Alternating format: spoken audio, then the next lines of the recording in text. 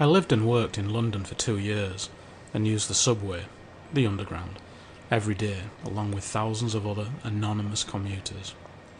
It never ceased to amaze me that despite the crowds that dashed to and from the stations during rush hour, the only sounds you could hear were the coming and going of the trains, the indecipherable operator announcements, and the air conditioning system. Except for the sound of rushing footsteps, you rarely heard the people. There was no talking. There was no laughing.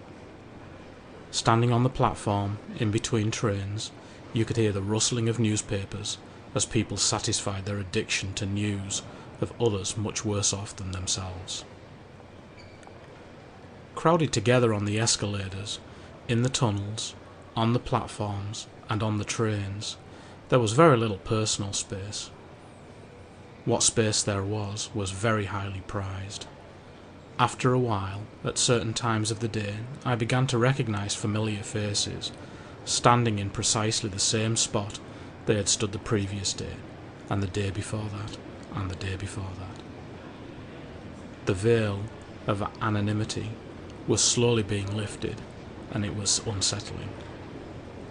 When I realized that I too was slowly taking up residence in my own favourite spots, and was therefore also in danger of losing my anonymity, I decided that it was time to leave. Although London is now a distant memory, the old feelings come flooding back whenever I travel the subway systems in Washington, D.C. and New York for my work.